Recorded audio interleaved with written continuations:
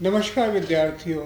आज NGO management की class में हम लोग एनजीओ मैनेजमेंट के इश्यूज पे चर्चा करेंगे। जैसे हम सभी अवगत हैं कि एक गैर सरकारी संगठन एनजीओ के प्रभावी प्रबंधन में कई जटिलताएं आती हैं जो विभिन्न प्रकार से उनकी फंक्शनिंग को, उनके क्रियान्वयन को हैम्पर करती हैं या उनमें बाधा पहुंचाती हैं। और इस बात की आवश्यकता होती है कि उनका समाधान त्वरित रूप से किया जाए। एनजीओ, हम सभी अवगत हैं, एनजीओ समाज, पर्यावरण और मानवीय मुद्दों को हल करने में एक महत्वपूर्ण भूमिका निभाते हैं। इस व्याख्यान में हम एनजीओ प्रबंधन से, एनजीओ मैनेजमेंट से जुड़ी हुई प्रमुख चुनौतियों और मुद्दों का विश्लेषण करेंगे और उसके लिए व्यवहारिक समाधान और कौन सी प्रक्रियाएं अपनाने इस विषय पर अपनाई जानी चाहिए, इस विषय पर चर्चा करेंगे। एनजीओ मैनेजमेंट की मुद्दों पर चर्चा से पूर्व हम एक बार एनजीओ विषय पर अवलोकन करते हैं। जैसे हम सभी अवगत हैं, विश्व भर में लगभग 1 करोड़ से अधिक एनजीओ सक्रिय हैं। अगर हम भारत की बात करें तो भारत में करीब 33 लाख एनजीओ पंजीकृत हैं और ये बहुत छोटे और बड़े पैमाने पर, बड़े समूहों से लेकर राष्ट्रीय और अंतर्राष्ट्रीय स्तर पर बहुत सारा महत्वपूर्ण काम कर रहे हैं। सबसे प्रमुख बात है कि ये एनजीओ बिना लाभ लिए हुए और किसी भी अन्य इश्यूज को आत्मसात करते हुए निश्चल भाव से समाज के लिए काम करते हैं। ये सरकार से स्वतंत्र होते हैं। अगर हम विशेषताओं से बात करूं कि एनजीओ की सबसे बड़ी विशेषता होती है कि इनमें सरकारी नियंत्रण ना के बराबर होता है या नहीं होता है और ये अपने स्वयंसेवक, अपने वॉलंटियर्स पर निर्भर करते हैं। अब हम इनकी चुनौतियों के विषय में संक्षेप में चर्चा करते हैं। जो सबसे बड़ी चुनौती गैर सरकारी संगठनों के समक्ष आती है वह है फाइनेंशियल मैनेजमेंट, या हम कहते हैं वित्तीय समस्याएं। अनियमित, जिसमें प्रमुख रूप से अनियमित फंडिंग के कारण एनजीओ में अपने योजना को बनाने, उनके क्रियान्वयन में बहुत सारी समस्याओं का सामना करना पड़ता है। क्योंकि कई बार ये होता है कि कुछ जो उनके सिलेक्टेड डोनर्स होते हैं, स्पेसिफिक डोनर्स होते हैं, उनमें उनको बहुत ज़्यादा उन पर निर्भर करना रहता है और इस बार अगर उनसे फंडिंग नहीं आती है, उनसे प्रॉपर समय पे उनको धन नहीं मिलता है तो उनकी जो कार्यक्रम है उनमें बहुत बड़ी समस्या आ जाती है। क्योंकि उनके पास कोई रिजर्व फंड नहीं होता है। अगर उनके फंड उनके डोनर से, चाहे वो डोनर सरकारी संगठन हो, इंडिविजुअल्स हो, व्यक्ति हो या सरकार हो, अगर उस समय पर फंड नहीं देते हैं तो ये बहुत प्रॉब्लम क्रिएट करता है उनके लिए। विद्यार्थियों, साथ ही साथ अगर हम बात करें कि वित्तीय समस्याओं का समाधान की, तो हम उनके समाधान के बारे में भी संक्षेप में बात करते चलते हैं। साथ ही साथ जो समस्याएं या मुद्दे हम बात कर रहे हैं उनके साथ साथ उनके, तो इसका पहला है, अगर हम बात करें फंडिंग की बात, वित्त की बात, तो आई थिंक उनको जो समाधान के लिए बात करें तो बजट निर्माण का ज़रूरी है कि ये संस्थाएं अपने बजट निर्माण का ठोस प्रक्रिया अपनाएं और अपने फंडिंग के सोर्सेज में विविधता लाएं और साथ ही साथ मजबूत वित्तीय प्रबंधन प्रणाली लागू करें। क्योंकि अगर विविधता होने से उनमें समय समय पर फंड मिलता है, अगर एक डोनर नहीं दे रहा है तो दूसरी जगह से उन्हें फंड मिल सकता है। साथ साथ वित्तीय प्रबंधन को मजबूत करें और जो उनको कार्यक्रम है, जिनके लिए वो पैसा है, जिसके लिए वो आता है, उसको सही समय से प्रयोग करें और साथ ही साथ उसका एक जुडिशियस एप्लीकेशन ऑफ फंड्स होना चाहिए, जिससे कि ये फंड की कंटिन्यूटी बनी रहे और साथ साथ उनको जब भी आवश्यकता हो उन्हें आवश्यक मात्रा में फंड मिलता रहे। दूसरी सबसे बड़ी चुनौती अगर हम बात करें वो है मानव संसाधन प्रबंधन जैसे मुद्दे, ह्यूमन रिसोर्स संबंधी है। समस्या यहाँ पे आती है कि जो मानव संसाधन एनजीओ को मिलता है तो उसके लिए एनजीओ को चलाने के बड़े स्तर पर लोगों की आवश्यकता होती है। अगर आप बहुत सारे लोगों को एम्प्लॉय करेंगे तो उनके वेतन की बात होगी, उनके कैरियर डेवलपमेंट की बात होती है, उनका भावनात्मक लगाव के इश्यूज होते हैं और उनका इसलिए ये होता है एनजीओ नॉर्मली गैर सरकारी संगठनों में टर्नओवर रेट ज़्यादा होता है। टर्नओवर रेट मतलब कि बहुत सारे लोग ज्वाइन करते हैं और चले जाते हैं, क्योंकि कंटिन्यूटी ऑफ प्रोग्राम ना होने के कारण कई बार उन्हें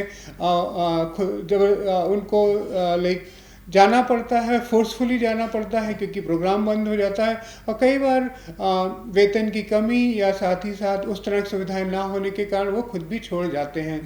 तो आई थिंक ये बहुत एक बड़ी समस्या है जिसका प्रबंधन बहुत कठिन होता है, क्योंकि लाइक ये जो हमारे ह्यूमन रिसोर्स होते हैं, जो लोग करते हैं काम, ये बहुत सीमित समय के लिए उपलब्ध होते हैं। तो ये दूसरी बड़ी समस्या थी। अब हम उसके समाधान की अगर हम बात करें बहुत संक्षेप में, तो बहुत आवश्यक है कि अगर हम किसी को एम्प्लॉय करते हैं, किसी को चयन करते हैं, तो उसको कार्य की स्पष्टता, वेतन संबंधी जो प्रावधान है, और जो संस्था संबंधी उनके सेवा काल है, उसके बारे में सब कुछ बहुत ईमानदारी से उनको बताएं, और साथ साथ उनको इतना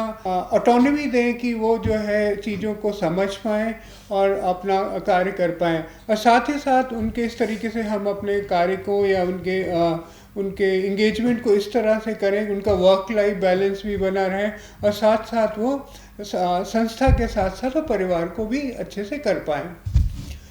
तीसरी जो बात है, जो समस्या आती है, वो हमारी वो है strategic planning and governance issues. इसमें अगर हम बात करें कि जो हमारी रणनीतिक योजना और गवर्नेंस की बात होती है, संस्थाओं को चलाने की बात होती है, तो कई बार जो बोर्ड के सदस्य हैं वो उतने सक्रिय नहीं होते हैं। उनको भूमिका में भी उनकी भूमिका की अस्पष्टता होती है और हितों का टकराव होता है। ये बहुत बड़ी समस्या है। जो कॉन्फ्लिक्ट होते हैं between the board members and the other governing body members, वो एक बड़ी समस्या आती है। तो इसके लिए वो जो एक कॉन्फ्लिक्ट है, वो बड़े पैमाने पे एनजीओज़ के फंक्शनिंग को हैम्पर करता है और अपने उद्देश्यों से भटक जाते हैं, क्योंकि लोग जो हैं वो अपने मोटिव्स के कारण, अपने वेस्टेड इंटरेस्ट के कारण बदलाव नहीं करते हैं। इससे बड़ी समस्याएं आती हैं और बड़े लेवल पे कॉन्फ्लिक्ट और झगड़े होते हैं, संस्थाओं में होते हैं। इसका क्या समाधान की अगर हम बात करें, तो आई थिंक हमें उन्हीं सदस्यों को बोर्ड में या बाकी जगहों पे चयन करना चाहिए जो कि सक्रिय हों, विभिन्न क्षेत्रों से हैं, कुशल हों और अपनी भूमिकाओं को निर्वहन करने में स्पष्ट हों। साथ ही साथ उनका रेगुलर ट्रेनिंग, उनको इनपुट्स दिए जाएं और उनकी भागीदारी बढ़ाने के लिए आवश्यक कार्यक्रम करें, और साथ ही साथ उन्हें उस कार्यक्रमों में और डिसीजन मेकिंग में हर जगह पे उनका पार्टिसिपेशन बढ़ाएं और दीर्घकालिक योजना बना के इनका इंक्लूसिव करें, और साथ साथ उनकी सहभागिता संस्था को चलाने में बढ़ाना चाहिए। नेक्स्ट समस्या है, अगली समस्या अगर हम बात करें तो है कार्यक्रम प्रबंधन और मूल्यांकन, program management and evaluation. I think बहुत बड़ी समस्या इसमें आती है। अगर हमारे पास कुशल लोग नहीं हैं, टेक्निकल लोग नहीं हैं, स्किलफुल नहीं हैं, तो हमारे जो प्रोग्राम को इवेलुएट करने में, एसेस करने में, प्रोग्राम को कंटिन्यू करने में बहुत सारी प्रॉब्लम आती है। क्योंकि अगर हम इनोवेट नहीं कर पाते हैं, अगर हम आने वाली प्रोग्राम में उसके उद्देश्यों के अनुसार टारगेट्स मीट नहीं कर पाते हैं, डेडलाइन मीट्स नहीं कर पाते हैं, तो प्रॉब्लम ये होती है कि बहुत बड़े पैमाने पे जो फंक्शनिंग है वो संस्था की कार्यप्रणाली बाधित होती है और समय से ये एनजीओज या गैर सरकारी संगठन अपनी कार्यक्रमों को पूरा नहीं कर पाते हैं। इसके लिए अगर हम सुझावों की बात करें संक्षेप में, तो आई थिंक बहुत ज़रूरी है कि हम एक सुदृढ़ व्यवस्था बनाएं संस्था में, जो रेगुलरली नियमित रूप से कार्यक्रमों का मॉनिटरिंग और इवैल्यूएशन करें। साथ ही साथ समय समय पर जो कार्यक्रम बनते हैं उनकी रूपरेखा तैयार करें, आवश्यक अनुसार उनमें परिवर्तन करें। साथ ही साथ इनोवेशन को बढ़ाएं और नीड के हिसाब से चीज़ों को as per the need, as per the requirement, उसमें परिवर्तन चेंज करते जाएं। अगली समस्या जिस पे हम लोग बात करेंगे वो है स्टेक होल्डर्स रिलेशन मैनेजमेंट, जो हम सब इस बात से अवगत है कि गैर सरकारी संगठनों के संचालन में कई स्टेक होल्डर्स होते हैं, जिसमें एनजीओ खुद होते हैं,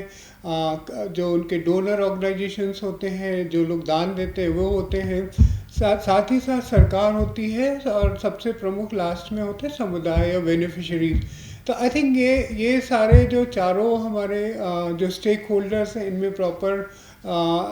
तारतम्य का होना बहुत ज़रूरी है। क्योंकि कई बार ये होती है कि अगर हम बात करें एक से दान डोनर्स की बात करें, तो अगर डोनर से हमें समय पर दान नहीं मिलता है, वित्तीय प्रबंधन नहीं मिलता है, तो हमारी कार्यक्रमों के लिए बहुत हानि होती है। जो भी कार्यक्रम संस्था चला रही होती, जो गैर सरकारी संगठन चला रहा होता है, उसमें बहुत उनमें रुकावट आती है, बहुत समस्याओं का सामना करना पड़ता है। साथ ही साथ अगर हम सरकार की बात करें, तो सरकारी नियम है, सरकारी कानून है, सरकारी विधिक प्रावधान है, उनका हमें पालन करना बहुत ज़रूरी होता है गैर सरकारी संगठनों को। क्योंकि अगर वो संगठन जो समय समय पर होने वाले परिवर्तनों में, कानूनों में, नीतियों में अगर वो नहीं करते हैं, तो उनके लिए समस्या पैदा होती है। साथ साथ उनकी जो फंक्शनिंग है वो भी, उस पर भी कई बार एक तरह का ब्रेक और बाधाएं आती हैं। तो बहुत ज़रूरी है कि हम उस चीज़ों को सरकार के साथ उन द्वारा विभिन्न कानूनों जो बनाए जाते हैं, जिनका जो कार्यक्रम बनाए जाते हैं, उनसे तारतम्य रखें। साथ ही साथ अगर हम देखें, जो हमारा बेनिफिशियरी है, जो समुदाय है, आई थिंक जब उनके साथ भी हमें प्रॉपर उनकी सहभागिता का निर्धारण करना, उनको कॉन्फिडेंस में लेना, ट्रस्ट बिल्डिंग बहुत ज़रूरी होता है कि एक सफल एनजीओ के सफलतापूर्वक अपने कार्यक्रमों का क्रियान्वयन में। तो अगर ये क्योंकि अगर जन सहभागिता नहीं होगी, लोगों का सहयोग नहीं होगा, समुदाय की तरफ से पॉजिटिव रिस्पांस नहीं आता है, तो भी एक बड़ी समस्या होती है। इस तरह की समस्याएं भी बहुत सारी एनजीओ विभिन्न क्षेत्रों में बहुत सारे इस तरह के एजिटेशन का सामना करते हैं। कई बार उनका विरोध होता है और बहुत सारी नई नई समस्याएं पैदा हो जाती हैं। तो आइए संक्षेप में इनके समाधान की बात कर ले विद्यार्थियों। अगर हम बात करें तो क्या समाधान हो सकता है कि हमारा स्टेक होल्डर मैनेजमेंट अच्छे से चले और हमारे कार्यक्रम में कोई बाधा ना आए और हमारे जो पूर्व निर्धारित उद्देश्य हैं उनको अच्छे से प्राप्त कर पाएँ। तो उसके लिए सबसे बहुत ज़रूरी काम होता है, सबसे प्रमुख रूप से गैर सरकारी संगठनों के लिए आवश्यक होता है कि वो अपनी जो नीतियां हैं वो पारदर्शी बनाएं, जो अपना प्रबंधन है उसको पारदर्शी बनाएं, अकाउंटेबल बनाएं और उसको लोगों के साथ शेयर करें। क्योंकि जितना ज़्यादा ओपननेस होगी, जितनी ज़्यादा पारदर्शी व्यवस्था होगी, उतने ही कम कॉन्फ्लिक्ट और विरोध की संभावना उतनी कम ही रहती है। तो पारदर्शिता एक बहुत बड़ा, बहुत प्रमुख एक टूल है जिसके द्वारा हम स्टेक होल्डर मैनेजमेंट को कर सकते हैं। दूसरी अगर हम समाधान की बात करें तो जो जन सहभागिता है, स्थानीय सहभागिता है, लोगों के बारे में समझना, उनकी कल्चरल वैल्यूज़ को समझना, उनके वैल्यू सिस्टम को समझना, कल्चरल सेंसिटिविटी के साथ अगर हम अपने कार्यक्रमों को संस्थाएं क्रियान्वित करती हैं तो उनमें भी इतना किसी प्रकार की उस तरह की बाधा नहीं आती है। तो लोगों के साथ मिलके लोगों को सहभागिता के साथ, लोगों की कंसेंट के साथ काम करना बहुत ज़रूरी होता है। और आखिर में अगर हम कहें तो सरकारी नियमों के प्रति सजग और अनुपालन बहुत आवश्यक है कि सरकारी नियमों का समझदार साथ ही साथ जो हमारे डोनर्स हैं उनके साथ हमारा एक अच्छा रिलेशनशिप बिल्ड करना, एक रैपो बिल्ड करना, कंटिन्यूअसली निरंतर उनके साथ एक रास्ता कायम किए रहना, उनके साथ एक संबंध बनाए रखना और उनको अपने उद्देश्यों के बारे में, अपने कार्यक्रमों के बारे में अवगत कराना। जो अगर इस तरह की हम पारदर्शी व्यवस्था बनाते हैं तो हमारा जो स्टेक होल्डर मैनेजमेंट है, जो हमारे बाकी जो जितने भी सहभागी हैं कार्यक्रम समन्वयन के, वो उस सब प्रक्रिया को बहुत आसान हो जाती है और हमें आसानी से सफलता प्राप्त होती है अपने कार्यक्रमों में। जो हमारा कई बार होता है कि जो अगर हम इसी को आगे बढ़ाएं तो अगली समस्या जो आती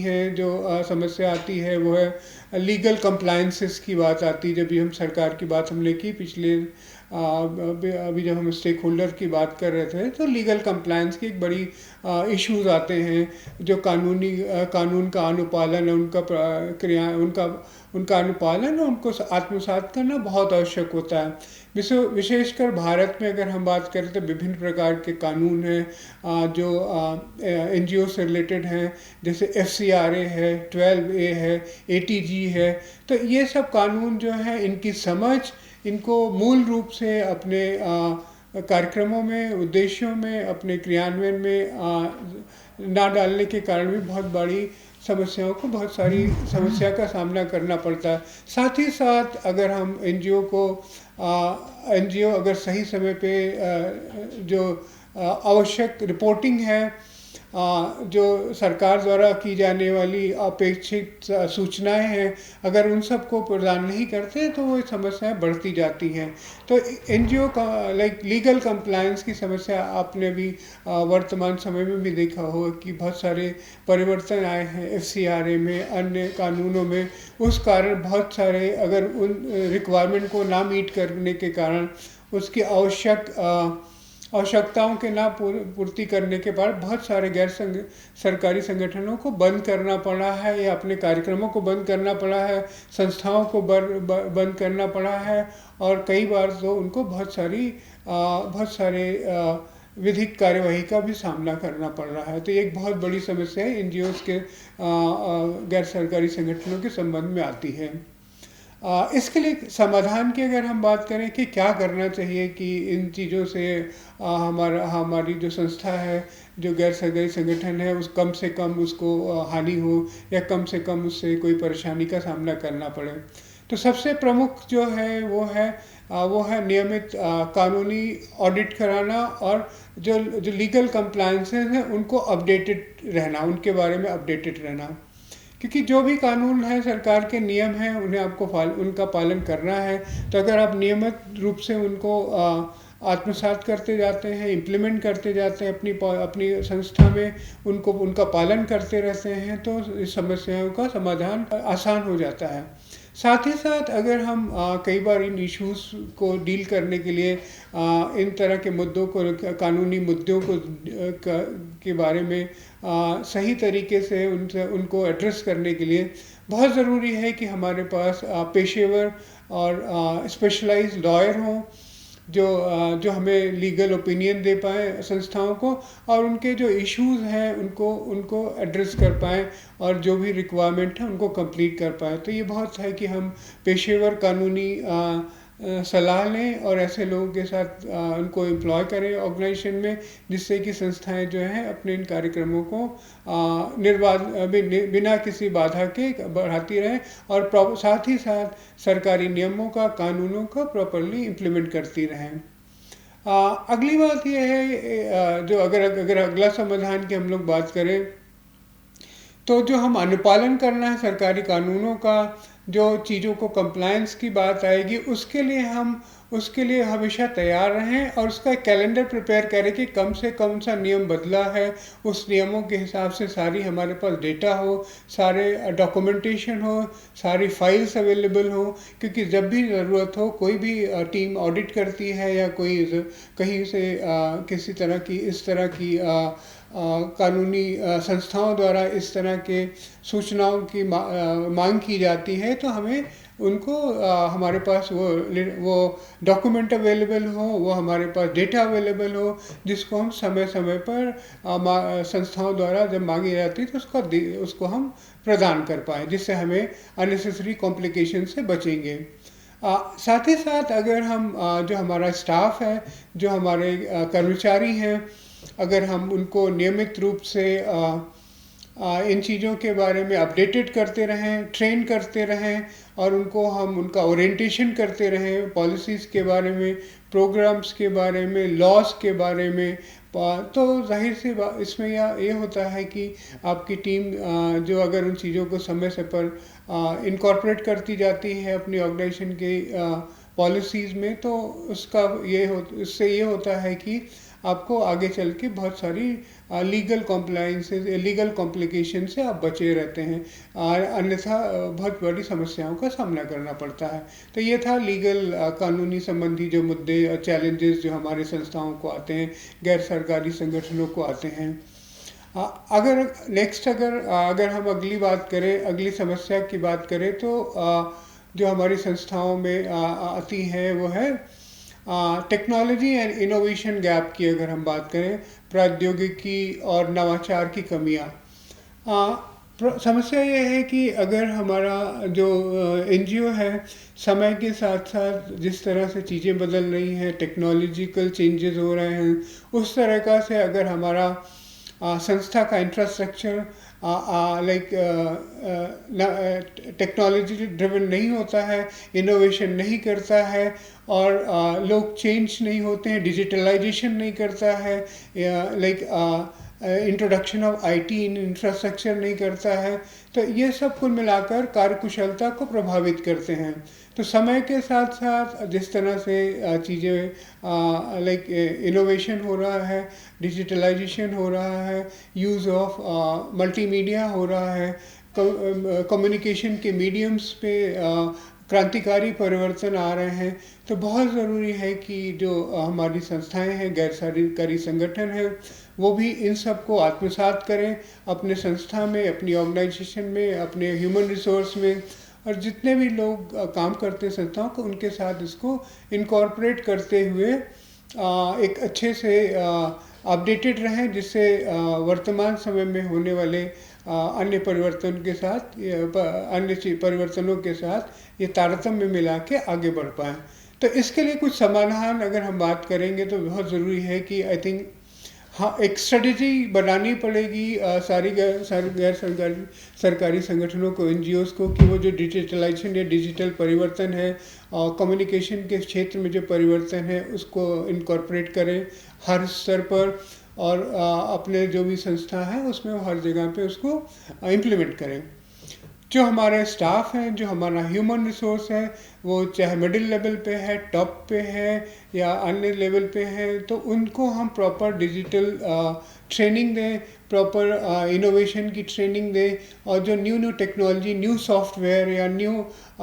मेथडोलॉजी, टेक्नोलॉजिकल मेथडोलॉजी इंट्रोड्यूस हो रही फंक्शनिंग की, उसका उचित प्रशिक्षण दें, उचित इनोवेशन कराएं, और साथ ही साथ उसको अडॉप्ट करें।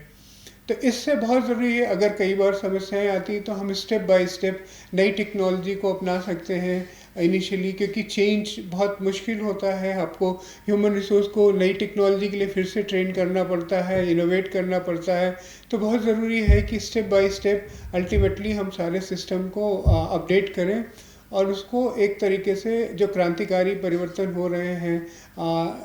तकनीकी के क्षेत्र में, प्रौद्योगिकी के क्षेत्र में, उसको हम एक्सेप्ट कर पाएँ, इनकॉर्पोरेट कर पाएँ। इसके लिए कई बार बहुत आवश्यक होता है कि हमें टेक्निकल हेल्प लें। हमारे जो संस्थाएं हैं, जो हमारे रणनीतिक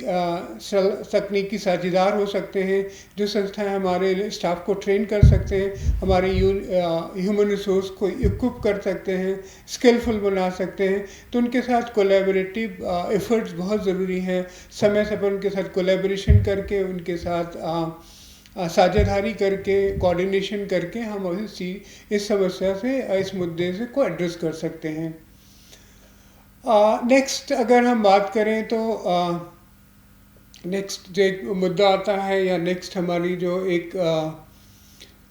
मुद्दा चैलेंज आता है, वो है बेस्ट प्रैक्टिसेस एंड सॉल्यूशन। तो अगर हम बेस्ट प्रैक्टिसेस की बात करें, कई बार हमने देखा है कि जो संस्थाएं हैं वो बहुत एक पर्टिकुलर सेक्शन में बहुत सारी संस्थाएं काम करने लगती हैं, और एक तरह से सब लोग एक तरह की भेड़चाल हो जाती है, जिसमें बहुत सारे लोग एक पर्टिकुलर चीज़ों के बारे में काम करते रहते हैं। विविधता की कमी होती है, तो बहुत सारे सेक्शंस होते हैं सोसाइटी के, वो एड्रेस नहीं होते हैं। बहुत सारे हमारे जो ग्रुप्स होते हैं सोसाइटी में, बहुत सारी कम्युनिटीज़ होती हैं, वो उनके इश्यूज एड्रेस नहीं होते हैं। तो इसके लिए बहुत कई बार ये होता है कि हमारी जो लाइक हमारे पास जो फंडिंग आती है तो उसमें हमें विविधता लाएं। हमारे कार्यक्रमों में समाधान की अगर हम बात करें तो हमारी जो फंडिंग में विविधता लाएं, कार्यक्रमों में विविधता पैदा करें और हमारी जो संगठन है उसका विस्तार करें, और वॉलंटियर्स को बड़े पैमाने पे लोगों को साथ जोड़ें और अपने कार्यक्रमों को डाइवर्स बनाएं। और साथ साथ बहुत अन्य क्षेत्रों पे, अनएक्सप्लोर्ड क्षेत्रों में जहाँ पे काम नहीं हुआ है, जहाँ पे कम काम हुआ है या बिल्कुल नहीं हुआ, उन क्षेत्रों में हम जाएं और उनमें भी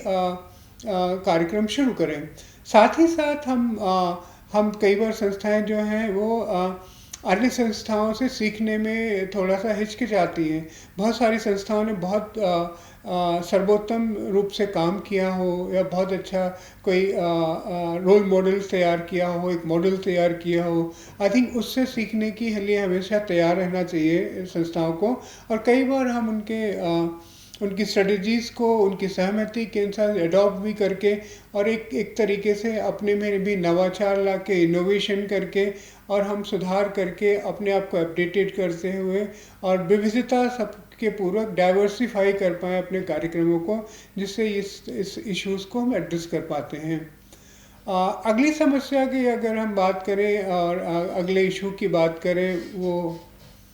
वो होता है कि अगर हम लास्ट में बात कर लें कि जितना भी हमारा जो ऑर्गेनाइजेशन है, ऑर्गेनाइजेशन डेवलपमेंट की में ज़रूरत है कि हमारा जो बोर्ड के सदस्य हैं, जो हमारे मेंबर्स हैं, जो हमारे बाकी लोग हैं, लाइक अगर ओवरऑल हम बात करें इस एड्रेस करने के लिए, तो जो हमारे डिफरेंट स्टेक होल्डर्स हैं, जो हमारे जो चाहे वो गवर्नमेंट हो, डोनर्स हो, चाहे वो हमारे